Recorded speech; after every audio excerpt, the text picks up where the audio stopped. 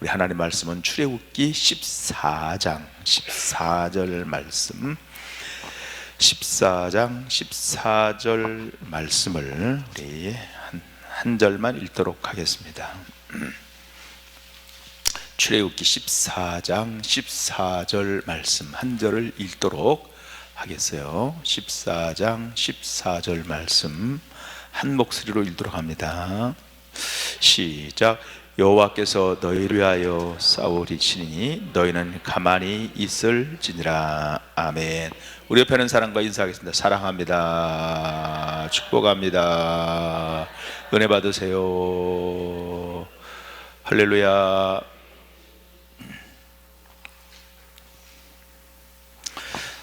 사람은 누구나 크고 작은 난관을 돌파하면서 성장을 하게 되어져 있어요. 외인은 없습니다. 누구나 다 똑같아요. 우리 인생 여정에서 만나는 난관은 우리가 그걸 시련이라 그렇게 말하죠. 그걸 고난이라고도 말하고 역경이라고도 말하고 장애물을 만났다 그렇게 말합니다. 네이버 사전에 펼쳐보니까요, 난관을 이렇게 정의했어요. 난관, 첫 번째는 일을 하여 나가면서 부딪히는 어려운 고비. 일을 하는데 어려움이 있다 없다? 반드시 어려움이 있지. 어려움이 없는 일은 없어요. 두 번째, 난관의 뜻은 지나가기가 쉬운 게 아니에요. 어려운 거예요. 그래서 뭐예요? 난관이라 그렇게 말합니다. 쉬울 것 같으면 뭐가 여행하는 식으로 무슨 할 때 하는 식으로 가면 뭘 난관이라고 하겠어요. 그러니까 지나가기가 쉽다 어렵다? 어렵다. 그러면 생각해 보니까 일을 하면서 나아가면서 부딪히는 어려운 고비가 누구에게나 있구나. 그것은 쉬운 일이 아니다. 지나가기가 아주 어렵다는 건 어느 분야 어떤 모습에도 마찬가지입니다. 그런데 놀라운 역설은 여기에 있습니다. 사람은 크고 작은 난관을 통해서 성장해 간다 하는 거예요. 우리가 그런 말 애들 키우면서 그랬잖아요. 애들이 아픈 다음에 뭐라 그래요? 성장한다. 그게 틀리는 말이 아니에요. 아프면서 뭐예요? 성장을 합니다. 그러니까 저도 이렇게 어렸을 때 우리 애들 키울 때도 그랬고, 손자를 보니까 애가 열병이 나더라고요. 설사를 하고. 그래가지고 또 이게 내 자식이면 그런데 또 손자라고 또 이런 얘기만 해도 혼나는데 밤새 제가 열병이 나서 제가 물수건 해가지고 밤을 꼬박, 나 요즘에 밤새는 적은 그때 딱 한번 점수해봤어요. 우리 딸은 그냥 할랄랄 하고 자지. 저만 혼자 꼴딱 샜어요. 왜냐면 애가 또 열이 나나 깜짝해서 또 올려놓고 물수건에서 또 올려놓고. 참, 근데 그런 건 좋은 사람이야. 내가 보니까 나는 그렇게 생각을 해요. 내가 밤을 꼬박 샜다니까요. 한숨도 안 자고. 애가 열병이 생긴 게 안타까워서. 그런데 그것이 참, 근데 역설이 그렇게 크고 작은 난관을 통해서 성장한다는 거예요. 여러분, 사는 것은 쉬운 것은 결코 아닙니다.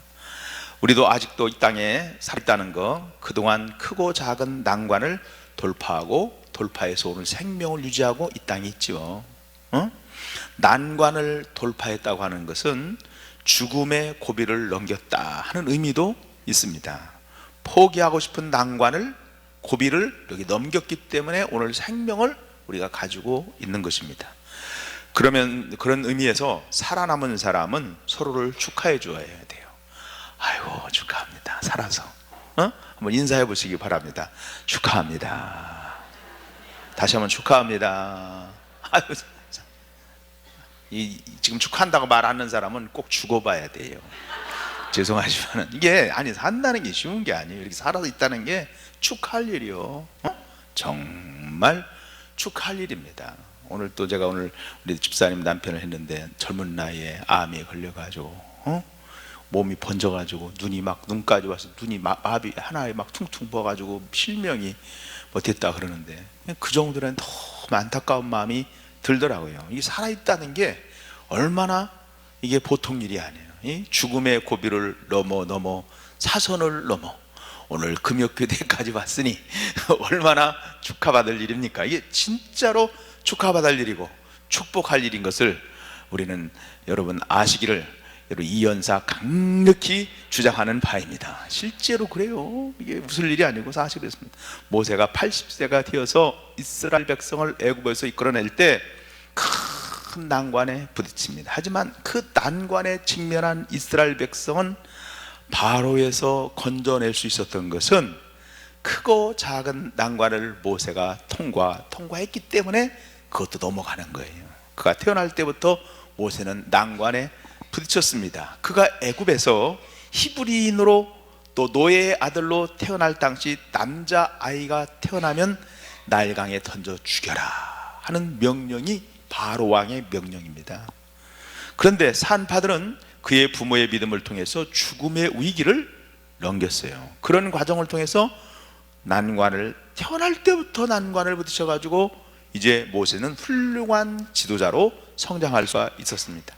자, 출애굽기 14장은 모세는 홍해 앞에 서 있습니다. 홍해가 그를 다 가로막고 있습니다. 모세뿐 아니라 온 이스라엘을 악기를 딱, 어떻게 방법이 없어요. 뭐 어떻게 길이 0.01%라도 길이 있어야 되는데 길이 있어요, 없어요? 0.001%도 길이 없어요. 무슨 뭐 프로테지가 몇 프로 있나 그런 것도 없습니다.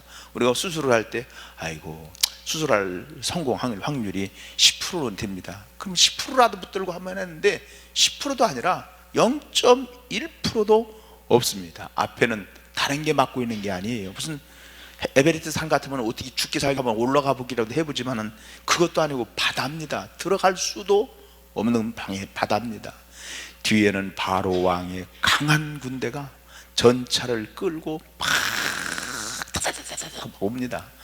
자, 이걸 어떻게 돌파를 해요? 뒤로 갈 수도 없고 옆으로 갈 수도 없고 앞으로 갈 수도 없고 이 난관을 돌파함으로 어떤 복을 받을까? 우리도 크고 작은 난관이 있는데 첫째는 난관을 잘 돌파하면 집안이 흥하게 됩니다. 따라서 난관을 잘 통과하면, 다시 한번 난관을 잘 돌파하면 집안이 흥황하게 됩니다. 자, 모세가 태어날 때 활약했던 산파들은 난관을 잘 돌파함으로 큰 복을 받았습니다. 그 당시 히브리 산파 가운데 십브라와 부하가 있었어요. 이 사람이 산파예요, 산파. 옛날엔 산파가 있었죠. 요즘은 산부인과에서 하지만 옛날엔 다 산파가 있었어. 산파가 없으면 하여간 경험이 있는 아줌마가 합니다. 그것도 아니면 목사님이 애를 받아요. 저 웃지요? 옛날에 시골에서 목사님이 애를 받았습니다. 여기 신창에 김우대 목사님이라고 하는 분이 계신데, 신창 침대에, 그분은 자기 교인들 절반 이상을 자기가 애를 받았다 하더라고요. 그러니까 뭐요? 교인하고 목사님하고는 무슨 관계예요 이게 도대체? 시아버지 관계도 아니고, 그렇게 옛날에 받았어요. 그러니까 아주 가족같이, 응? 그리고 옛날에 그랬습니다. 저희도 예전에 제가 고등학교 다닐 때인데요, 아래층에 전도사님 살고 우리 집 2층에 살았는데, 전도사님 사모님이 애를 낳을 때 누가 애를 받냐면 우리 어머니가 애를 받아줬어요. 그 전도사님 애를. 응? 그래서 히브리 여인을 위해서 해산을 놓을 때 아들이면 죽이고 딸이면 살리라는 왕의 명령이 떨어졌습니다. 왜냐하면 히브리 민족이 갈수록 황해요. 산파들이 이거 보통 위기가 아닙니다. 왜냐하면 어떻게 사람을 죽여요, 아기를. 그런데 더군다나 자기 민족 아닙니까? 그들은 난관에 직면했어요. 만약 히브리 여인들이 해산을 도울 때 아들이면 죽여야 합니다. 그렇지 않으면 애굽 왕에게 자기 목숨이 죽임을 당할 수가 있어요. 그런데 산파들이 왕보다 누구를 더 두려워해요? 하나님을 더 두려워. 왕이 아무리 무섭다고 할지라도 하나님보다는 두려운 분이 아니야. 그래서 왕의 명령을 어기고 남자를 살려주는데, 성경은 이렇게 말합니다. 출애굽기 1장 17절에 보니까, 그러나 산파들이 하나님을 두려워해요. 누구를 두려워해요? 하나님을 두려워해요. 하나님을 두려워한다는 말은 공경한다, 하나님을 사랑한다, 하나님을 경외한다는 말이에요. 알았죠? 하나님이 두려우니까 아무리 호령 정말 천지를 움직이는 왕의 명령이 있다고 할지라도 현실적으로 보면 왕의 명령이 최고지만은 그보다 더 높으신 하나님을 두려워하여 애굽 왕의 명령을 어기고 남자 아기를 살린지라. 성경 그렇게 해요. 자, 표현이 뭐예요? 산파들이 왕을 두려워했다면 왕의 명령을 순종할 수밖에 없어요. 근데 이 산파들은 누구를 두려워했다? 하나님을 두려워하여 애굽 왕의 명령을 어기고 남자 아기를 살려줍니다. 아무리 왕이 강하더라도 하나님이 더 두려운 분이지. 어떻게 하나님 앞에 내가 그런 죄를 지을 수 있는가? 하나님을 경외함으로 왕에 대한 두려움을 물리칩니다. 여러분, 세상에 어떤 두려움이 있을지라도 하나님을 두려워하면 어떤 두려움도 이길 수 있는 힘을 주실 줄로 믿습니다.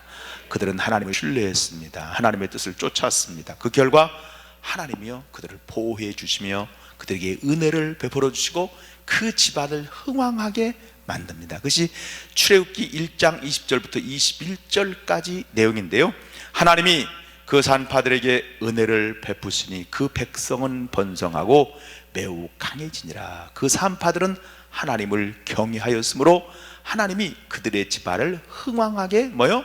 하신지라. 여러분, 난관을 잘 하나님을 두려워함으로 돌파하면 여러분 집안이 흥왕하고 번성하는 역사가 임할 줄로 믿습니다. 믿습니다. 둘째는요, 난관을 잘 돌파하면 상상을 초월하는 축복을 받게 되어져 있어요. 모세가 탄환할 때 그 무렵에 바로 왕이 히브리 노예들에게 명령을 내립니다. 그러므로 바로가 그 모든 백성에게 명령하여 이르되 아들이 태어나거든 너희는 그를 나일강에 던지고 딸이거든 살려두라. 출애굽기 1장 22절에 말씀했습니다. 자, 레위 가족 중에 한 사람이 레위 여자와 결혼해서 그 여자가 임신을 했어요. 출산을 해서 딱 내보니까 아들입니다. 그들은 큰 난관에 부딪혔어요. 아들이면 무조건 나일강에 던져 죽여야 돼요. 딸은 살려두지만은 바로의 명령을 따르려면 아들인데도 나일강에 던져 죽여야 했습니다. 만일 살려두었다가 발각이 된다 그러면 온 가족이 멸문지화를 당합니다. 다 죽어요. 뭐 그때 죽이는 거는 뭐 지금 재판이고 뭐 없습니다. 죽여 그러면 끝이에요. 하지만 아들을 보는 순간 잘생긴 것을 보고 석 달 동안 그를 숨겨두었더라. 그래서 부모가 그럼 못생겼으면 죽였겠나 이런 생각도 들긴 하지만 하여간 잘생겼다는 표현은 그런 뭐 인물이 좋았다 그런 게 아니라 하나님이 아들이다 이런 생각이 들었다는 거예요. 마음이 탁. 레위 가족 중 한 사람이 가서 레위 여자에게 장가들어 그 여자 임신하여 아들을 낳으니 그가 잘생긴 것을 보고 석 달 동안 그를 숨겼더라. 출애굽기 2장 1절 2절의 말씀이에요. 모세의 부모가 모세를 보는 순간 그게 잘생겼다는 말은 비범한 아이예요. 비범한 아이. 물론 부모는 다 자식이 비범해 크면서 다 깨지만은, 근데 모세의 부모는 믿음으로 모험을 하기로 작정을 합니다. 하나님을 신뢰함으로 난관을 돌파하기로 하고 아들을 살립니다. 히브리서 11장에는 모세의 부모에 대해서 그런 태도에서 믿음의 눈으로 아들을 바라보았고 믿음으로 왕의 명령을 무서워하지 아니하고 아들을 숨겼다고 말합니다. 히브리서 11장 23절 보니까 믿음으로 모세가 났을 때 그 부모가 아름다운 아이임을 보고 석 달 동안 숨겨 왕의 명령을 무서워하지 아니하였으며, 히브리서는 아름답다 표현을 했어요. 출애굽기는 잘생겼다 그렇게 표현했어요. 그러니까 아름답다는 말과 잘생겼다는 말은 똑같은 말이구나. 믿음으로 했다는 거예요. 사도행전 7장에 보니까 모세가 태어났을 때 하나님 보시기에 아름답다고 기록을 했어요. 사도행전 7장 10절 보니까 그때 모세가 나는데 하나님 보시기에도 아름다운지라 그의 아버지 집에서 석 달 동안 길리더니, 하나님이 모세를 볼 때도 뭐요? 아름다웠다. 모세의 부모가 믿음의 눈으로 모세를 보니까, 믿음의 눈이라는 것은 하나님의 눈을 말해요. 따라합시다. 믿음의 눈은 하나님의 눈이다. 아니, 히브리서 보니까 모세가 본 눈과 하나님이 본 눈이 똑같아요. 그러니까 믿음의 눈으로 보니까 누구의 눈이 생긴 거예요? 하나님의 눈이 생겼다. 그러니까 그들은 하나님의 눈으로 모세를 바라보는 중에 하나님 보시기에도 아름다웠지만 모세도 눈으로 보니, 모세의 부모도 눈으로 보니까, 하나님의 눈으로 보니까 아름답다는 게 똑같죠. 그래서 아름다운 아이라는 사실을 깨닫게 됩니다. 문제는 아이가 석 달 동안 지나면서 울음소리가 커져가는 거예요. 애들이 성대가 커지고 우는 소리가 옛날엔 엥엥엥이지만 벌써 소리가 커지면 힘이 생기니까 앙앙 하니까 벌써 울음소리가 담장 너머로 넘어갑니다. 더 이상 숨길 방법이 없어요. 그렇다고 애를 입을 막을 수도 없는 거고 방법이 없어요. 그래서 그의 이 모세를 갈대 상자를 만들어 놓고 모세를 거기다가 갈대 사이에 두고, 그리고 그 누이 미리암이 갈대 상자 속에 동생 모세가 어떻게 뛰는가를 알고 나일강에다 띄웁니다. 모세의 부모가 모세를 나일강에 띄우는 것은 하나님께 아들을 맡긴다, 그런 의미예요. 누구에게 맡긴다?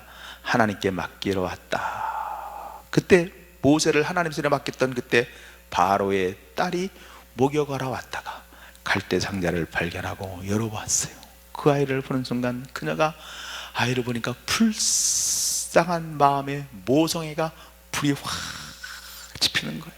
그때 미리암이 바로의 딸에게 히브리 여인 중에 유모를 불러다가 그 아이를 젖을 먹이게 하리까 물어봐요. 누가? 그 누나가 공주에게 말합니다. 바로의 딸이 그 말을 좋게 생각해서 오케이 그렇게 해라. 그래서 미리암이 가서 모세의 어머니가 이름이 뭐예요? 송정산 아닙니다. 요게벳이에요. 요게벳을 데려옵니다. 바로의 딸이 요게벳을 아기를 데려다가 자기를 위해서 젖을 먹이면 삭슬 주겠으니까 젖을 먹일래? 먹일까 안 먹일까? 친엄마인데 그죠? 먹입니다. 이걸 사치기 한다고 그래요. 서로가 짜고 고스톱치는 거예요. 그래서 요게벳이 아기를 데려다가 젖을 먹여줍니다. 출애굽기 2장 9절 이렇게 말합니다. 바로의 딸이 그에게 이르되 이 아이를 데려다가 나를 위하여 젖을 먹이라. 내가 그 삭을 주리라. 여인이 아기를 데려다가 젖을 먹이리니. 이게 신묘막측하죠, 그죠? 무슨 드라마예요, 드라마. 하나님이 이걸 섭리라고 그래. 세상은 드라마라고 그러지만 인류 역사상 그런 말 하잖아요. 자기 자녀를 돈 받아가면서 키운 사람은 누구밖에 없어? 요게벳밖에 없다, 뭐 그런 말 하잖아요. 난관을 돌파하는 가운데 놀라운 복을 받은 것입니다. 모세가 성장했을 때 바로의 딸이 데려다가 자신의 아들로 삼습니다. 그 이름을 모세라고 지어줘요. 모세라는 이름은 건져낸다, 모세스, 건져낸다, 그런 뜻을 가지고 있습니다. 요게벳은 죽을 수밖에 없는 아들을 돈을 받아가면서 삭슬을 받아가면서 키웁니다. 모세의 어머니는 모세를 키우면서 뭐라고 키웠겠어요? 이 믿음의 부모가 뭐라고 키웠겠어? 하나님이 누군지를 가르칩니다. 히브리 사람의 아들임을 가르칩니다. 하나님이 아브라함을 통해 주는 약속의 말씀을 가르칩니다. 모세는 일찍이 어머니 품에서 하나님에 대한 지식을 터득합니다. 바로의 딸이 아들이 된 후에도 자기를 키워준 친어머니였던, 또 보호모 역할을 했던 요게벳을 틈나는 대로 방문을 했을 거예요.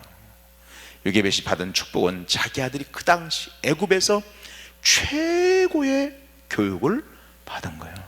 출애굽기 7장 21절 20절, 사도행전 7장 21절 20절 보니까 버려준 후에 바로의 딸이 그를 데려다가 자기 아들로 기름해 모세가 애굽 사람의 모든 지혜를 배워 그의 말과 하는 일들이 능하더라, 이렇게 말해요. 모세는, 부모는 하나님을 신뢰함으로 난관을 돌파했을 때 상상을 초월하는 축복이 옵니다. 사랑하는 성도 여러분, 우리도 똑같습니다. 가만히 있어서 축복이 오는 게 아니에요. 어려움을 이겨야 돼. 난관을 돌파해야 돼요. 그때 상상할 수 없는 복이 올 줄로 믿습니다. 여러분, 고난 속에는 하나님의 축복은 고난 속에 보자기를 싸가지고 주신다는 말씀이 있잖아요. 자, 그래서 나중에 모세가 위대한 민족의 지도자가 되어서 이스라엘 백성을 애굽에서 탈출시키는 것입니다. 여러분, 앞에서 이야기한 것처럼 모세가 난관을 돌파하는 지도자가 되기까지는 하나님을 신뢰함으로 난관을 돌파했던 그의 부모가 있었습니다. 또한 그 부모 뒤에는 하나님을 경외함으로 난관을 돌파했던 산파들이 있었습니다. 모세의 부모는 그 산파들을 보면서 믿음을 가졌고, 아들이 태어났을 때 나일강에 던져 죽지 않게 하고 그 아들을 숨겨서 키웠습니다. 또한 믿음으로 갈대 상자를 만들어 모세를 집어넣고 나일강 사이에 두었다 하는 것이에요.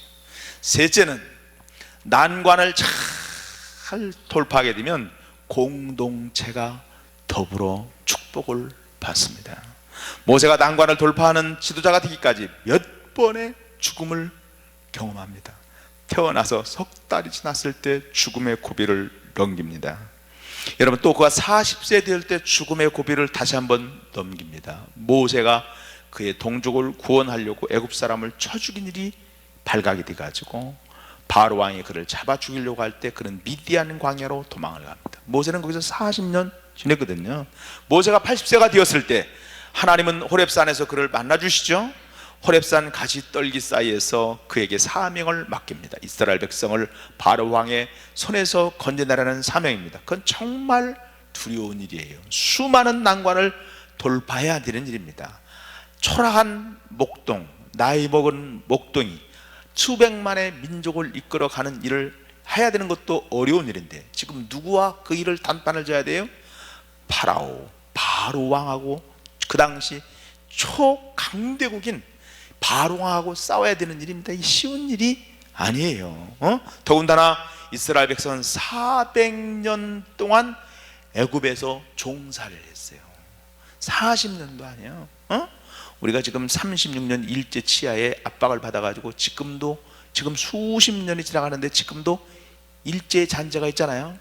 그래서 이 건축 같은 건 다 뭐냐, 일본어가 지금도 쓰여집니다. 노가다, 이런 게 다 뭐예요? 양재기는 아닌가? 빠게스 뭐 이런 거 다 일본어가 지금도 많습니다.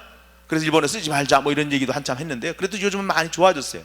그러니까 400년 종살이했다는 것은 뼈가 아주 속에 배기도록 무슨 근성이 있어? 노예 근성이 있어요. 노예 근성이. 제가 필리핀 가니까 필리핀 사람도 스페인의 노예, 뭐 오면서 일본의 그 강점기도 있었고 이렇게 하다 보니까 사람들이 수백 년 동안 그 노예 근성이 이렇게 배 있다 이렇게 얘기를 하더라고요. 자, 하여간 모세가 바로 왕의 손에서 이스라엘 백성을 건져낼 때 여러 번 난관을 만납니다. 하나님은 모세가 크고 작은 난관을 잘 돌파하도록 애굽에 10가지 재앙을 내립니다. 때가 찼을 때 하나님은 10번째 재앙이었던 장자를 죽이고 장자의 그런 재앙에서 놀라운 일을 하는데 그것은 어린 양의 피를 흘려서 그들을 건져내신 것이에요. 하나님은 10번째 내리시는 재앙 가운데 이스라엘 백성에게 어린 양의 피를 흘려서 그 집을 좌우 문설주에다가 인방에다가 안팎으로 바르라는 거예요. 하나님이 보낸 죽음의 사자가 애굽 땅을 칠 때 어린 양의 피가 있는 집은 넘어가지 않는다. 그래서 넘어간다는 말을 영어로 패스오버란 말인데 거기서 유월절, 넘길 월자가 나온 거예요. 난관을 돌파하는 것이 결코 쉬운 일은 절대로 아닙니다. 애굽의 10번째 재앙이 맺지만 바로 왕은 이스라엘 백성을 도와주려고 하질 않아요. 바로 왕이라는 난관을 돌파해야 애굽을 떠날 수가 있는데 바로 왕은 간단한 상대가 아니에요. 만만한 상대가 몇 번 얘기했다고 들어먹을 인간이 아니고 그럴 사람이 아닙니다. 자기는 신이라고 생각하는 사람이에요. 절대 권력을 가지고 있는 사람이기 때문에 만만한 상대가 결코 아닙니다. 그런 까닭에 하나님이 어린 양의 피를 흘리신 거예요. 피가 흘려지지 않으면 난관을 돌파할 수 없음을 아셨기 때문에 그렇습니다. 그래서 어린 양의 피를 대신 흘려서 이스라엘 민족을 구원하게 하고 애굽을 떠나기 위해서 수많은 어린 양들이 희생을 당하고 뿐만 아니라 그 당시 애굽의 장자들은 짐승이든 사람이든 다 죽었어요. 그렇지 않고는 넘어갈 수가 없습니다. 그 당시 이스라엘의 백성이 전쟁에 나갈 수 있는 장정이 60만입니다. 60만이 적어요? 많아요? 응? 얼마나? 그러니까 남자 어린이 하면 대충 잡아도 300만 명 본다는 게 보통 정설입니다. 최소한 200만 명 이상은 됩니다. 많은 숫자가 건짐을 받아가지고 난관을 돌파하기 위해서는 각 가정당 양 한 마리씩을 잡아서 피를 흘려야 돼요. 그러니까 거대한 핏물이 바다를 이루었을 거예요. 여러분, 어린 양의 피는 재앙을 막는 능력이 되는 줄로 믿습니다. 어린 양의 피는 장자를 보호하는 능력이 되는 줄로 믿습니다. 어린 양의 피는 난관을 돌파하는 능력이 되는 줄로 믿습니다. 어린 양의 피는 자유함을 얻는 능력이 될 줄로 믿습니다. 이스라엘 백성은 하나님을 신뢰했습니다. 어린 양의 피를 신뢰했습니다. 그러므로 바로 왕을 두려워하는 것을 이겨냅니다. 두려움을 정복하고 하나님을 신뢰하는 가운데 난관을 돌파를 했어요. 하나님이 어린 양의 피를 흘려서 애굽에서 탈출하도록 도와주실 때 빈손으로 애굽을 떠나게 하지 않았어요. 많은 재물과 축복을 받아가지고 떠납니다. 출애굽기 12장 35절 36 이렇게 말합니다. 이스라엘 자손이 모세의 말대로 애굽 사람에게 은과 폐물과 의복을 구하며 여호와께서 애굽 사람들에게 이스라엘 백성에게 은혜를 입히게 하사 그들이 구하는 대로 주게 하심으로 그들이 애굽 사람의 물품을 취하였더라. 이것도 신묘막측한 일이에요. 너희 애굽 사람한테 근금 폐물 달라고 하여간 눈에 보이는 거 네가 구하는 대로 해라. 그럼 애굽 사람들이 준다? 준다는 거예요. 아니 이게 뭐냐면 누가 주겠어요 돈을. 근데 준다. 노예가 달라는데 어떻게 줘요? 근데 그 분위기가 하나님의 은혜를 입어가지고 달라고 하면 다 내놓게 돼 있어. 지금 장자가 주고 나빠지니까 저 이스라엘 민족 괜히 건드렸다 큰일 나겠다. 생명보다 귀한 게 어딨냐. 그래가지고 있는 거 없는 거 물품이든 옷이든 은이든 금이든 달라 그러면 싹 줍니다. 그래서 하나님의 애굽 사람을 통해서 은과 폐물을 취하게 하신 그 하고 바로 그날 애굽 땅을 그들을 인도해 낸 것을 우리가 보게 됩니다. 자, 성경을 잘 살펴보면 난관을 잘 돌파한 후에도 공동체가 복을 받습니다. 난관은 큰 복을 끌어오는 자석 같구나 하는 것을 오늘 말씀을 통해서 하게 됩니다. 믿음으로 난관을 잘 넘기면 전화위복이 되는 것입니다. 그런 까닭에 난관을 만났을 때 우리가 낙심이 되죠. 왜 이런 일이 있는가? 그러나 여러분, 우리는 믿음의 눈으로 낙심을 뛰어넘어서 오히려 거룩한 기대를 가지고 난관 앞에 직면하시고 난관을 믿음으로 돌파하는 저와 여러분 되기를 간절히 축원합니다. 축원합니다. 하나님은 모세를 홍해 앞에 세우시기까지 크고 작은 난관을 통과하게 했습니다. 어린 양의 피를 통해서 출애굽을 한 이스라엘 백성 앞에 더 큰 난관이 딱 버티고 있었습니다. 그게 홍해예요. 하나님은 이스라엘 백성에게 명하여 바닷가에 장막을 딱 치게 합니다. 그것이 14장 1절 2절의 말씀인데 장막을 치게 하라 끝에 나옵니다. 맞은편 바닷가에 뭐를 치게 하라? 장막을 치게 하라. 바닷가에 장막을 친다는 건 아주 위험한 일이에요. 만약에 애국 군대가 그들을 죽이면 바닷가에서 몰살을 당해야 돼. 그때는 400년 동안 바로왕 아래서 종살이 하던 사람입니다. 노예입니다. 노예. 전쟁을 해본 경험이 없어요. 그렇다고 전쟁에 필요한 칼이나 검이나 병거나 이런 거 전혀 없습니다. 만약 전쟁을 포기한다면 도망을 가야 되는데 앞에 뭐가 있어요? 바다가 있어요. 그러니 거기다가 지금 장막을 쳤으니 진퇴양난입니다. 그들에게 배가 있는 것도 아니고 정말 꼼짝없는 상황에 딱 들어간 거예요. 앞에는 홍해바다요, 뒤에는 바로왕과 그의 군대요. 그런 상황에 딱 갇힌 거예요. 그래서 14장 4절의 말씀에 보면 이렇게 말합니다. 내가 바로의 마음을 완악하게 한즉 바로의 그의 뒤를 따르니 내가 그의 온 군대로 말미암아 영광을 얻어 애굽 사람들이 나를 여호와인 줄 알게 하리라 하시매 무리가 그대로 행하니라. 말씀대로 이스라엘 백성은 홍해 바닷가에 장막을 딱 치고 꼼짝없는 상황에 있습니다. 이런 상황이에요. 그때 모세가 어떻게 난관을 돌파했나 하는 거예요. 자, 난관을 잘 돌파하면 우리가 풍성한 은혜, 집안이 흥하는 은혜, 공동체가 복을 파는 은혜가 있는데 어떻게 하면 난관을 돌파할까? 그때 따라서 합시다. 눈을 들어 하나님을 바라보자. 다시 한번 눈을 들어 하나님을 바라보자. 이스라엘 백성은 진퇴양난의 벽에서 환경을 바라보고 사람을 바라보았습니다. 그들의 눈을 본 것은 홍해입니다. 그들이 공포 속에 집어넣는 것은 애굽 사람입니다. 진퇴양난의 환경입니다. 애굽 사람을 바라보니까 두려움이 강같이 밀려옵니다. 어려움을 당할 때 어려운 일만 바라보면요 사람이 좌절합니다. 낙심이 됩니다. 우리를 괴롭히는 사람을 쳐다보면요 우리가 낙심하게 됩니다. 내 왜 만나도 저런 인간을 만나서 이렇게 어려운가? 두려움이 옵니다. 그때 우리가 진퇴양난을 했을 때 사랑하는 성도 여러분, 하나님 바라보시기 바랍니다. 하나님을 신뢰하시기 바랍니다. 하나님을 의지하시기 바랍니다. 하나님을 기도하기를 바랍니다. 모세는 적을 인지했지만은 두는 하나님을 바라봅니다. 이스라엘 백성에게 하나님을 바라봐라 외칩니다. 하나님이 이루시는 구원을 바라봐라. 너희가 다시는 여기에 애굽 사람을 영원히 다시는 보지 못하리라. 이것이 모세의 신뢰의 기도예요. 하나님을 바라볼 때 신뢰가 딱 옵니다. 우리의 인생은 우리가 바라보는 시각의 방향이 결정이 됩니다. 우리가 바라보는 것에 영향을 받습니다. 아무리 위급한 상황을 처할지라도 우리의 눈은 하나님을 향해서 늘 있을 때 홍해가 갈라지고 하나님의 기적을 체험하고 하나님이 우리의 문제를 놓고 싸우시는 역사를 보게 될 줄로 믿습니다. 두 번째는 여러분, 사람을 두려워하지 마시고 하나님을 신뢰하십시오. 난관에 처했을 때 가장 경계할 것이 두려움이에요. 아담과 하와가 범죄했을 때 첫 번째 찾아온 그 감정이 뭐냐면 두려움이요. 내가 두려워하여 숨었나이다. 이스라엘 백성은 두려워했습니다. 보통 두려움인 게 아니라 성경이 말합니다. 14장 10절의 말씀해 보니까 바로가 가까이 올 때 이스라엘 자손이 눈을 들어본 적 애굽 사람들이 자기의 뒤에 이른지라 이스라엘 자손이 뭐하여?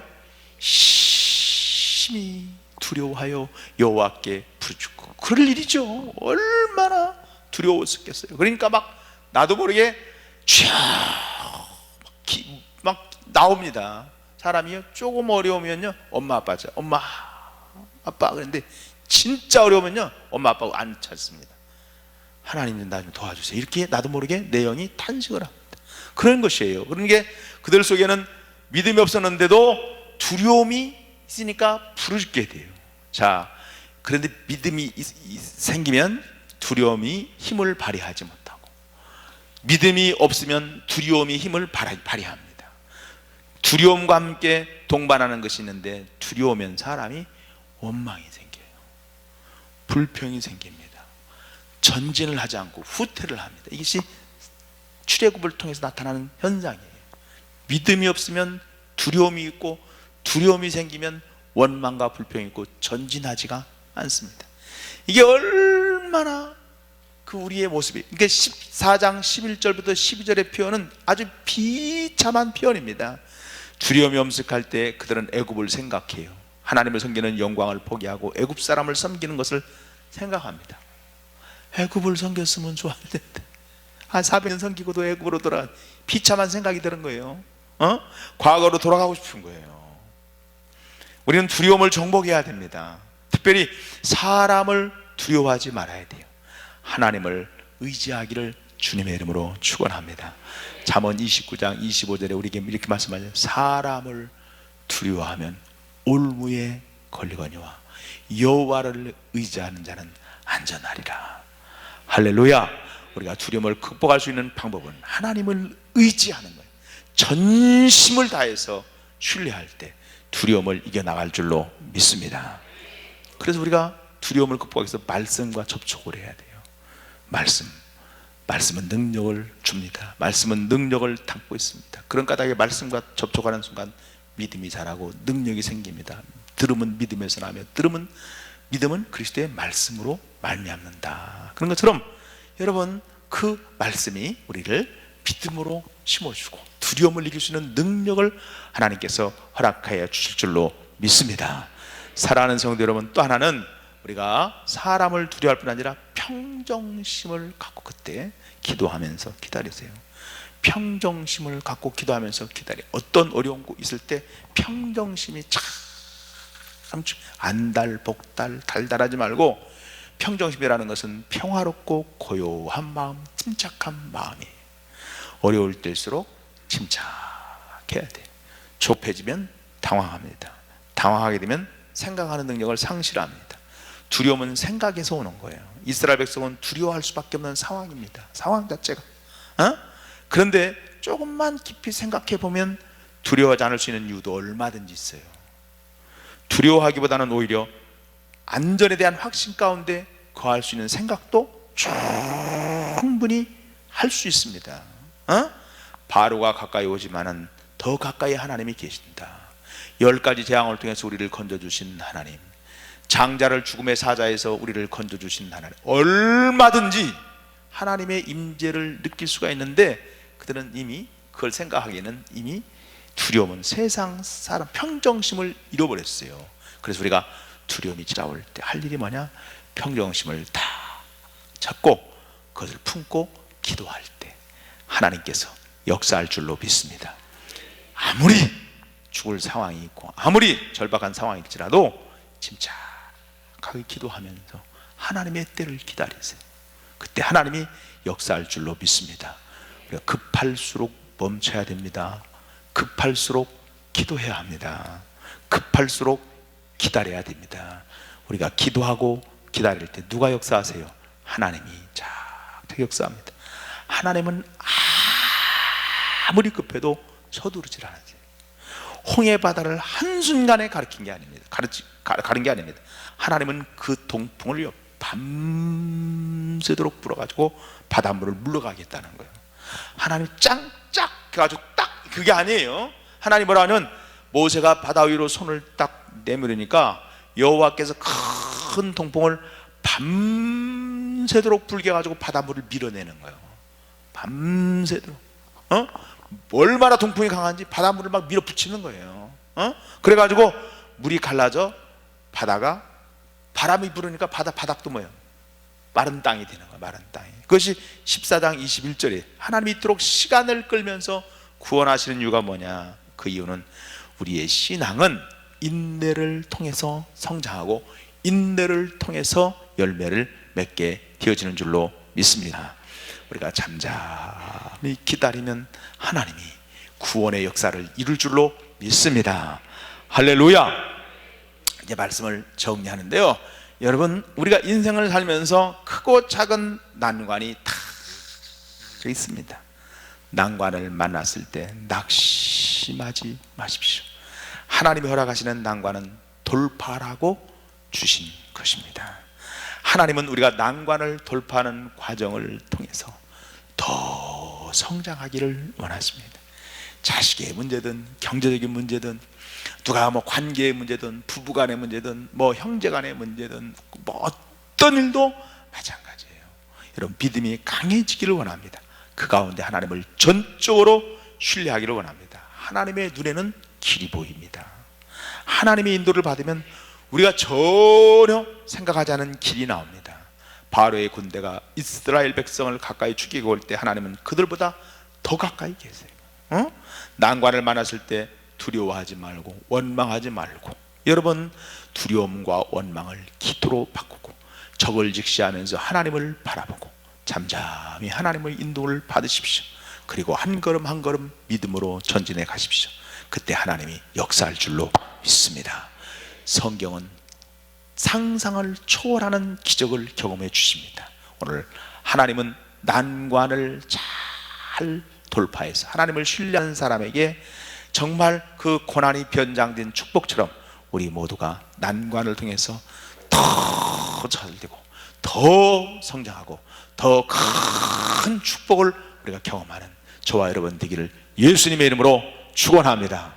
예수님의 이름으로 축원합니다. 할렐루야. 우리 찬송하고 말씀 붙들고 기도하겠습니다. 우리 복음성가 279장 인생길 험하고 마음 지쳐 살아갈 용기 없어질 때 너 홀로 앉아서 낙심치 말고 예수님 품으로 나오시오.